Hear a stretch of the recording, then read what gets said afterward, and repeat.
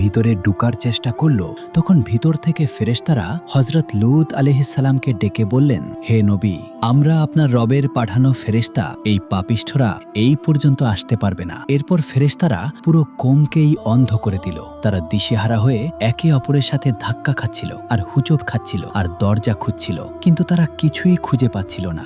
এরপর ফেরেশতারা হযরত লূত আলাইহিস সালামকে নির্দেশ দিলেন, রাতের শেষ অংশে আপনি আপনার পরিবারকে নিয়ে বেরিয়ে যান। হযরত লূত আলাইহিস সালামের স্ত্রীকেও সাথে নিয়ে যাওয়ার অনুমতি দেওয়া হলো। তবে একটা কঠিন শর্ত ছিল, এই পিছন ফেরো একদমই তাকানো যাবে না। যখন তারা যাত্রা শুরু করলো, তখন পিছন থেকেও আজাব আসার শব্দ হতে লাগলো। হযরত লূত আলাইহিস সালামের স্ত্রী লূত সামলাতে না পেরে কৌতূহল হয়ে পিছনে ফিরে তাকালো, আর সঙ্গে সঙ্গে সেও ভয়াবহ আজাবে লিপ্ত হলো, আর সেখানেই তার মৃত্যু হলো।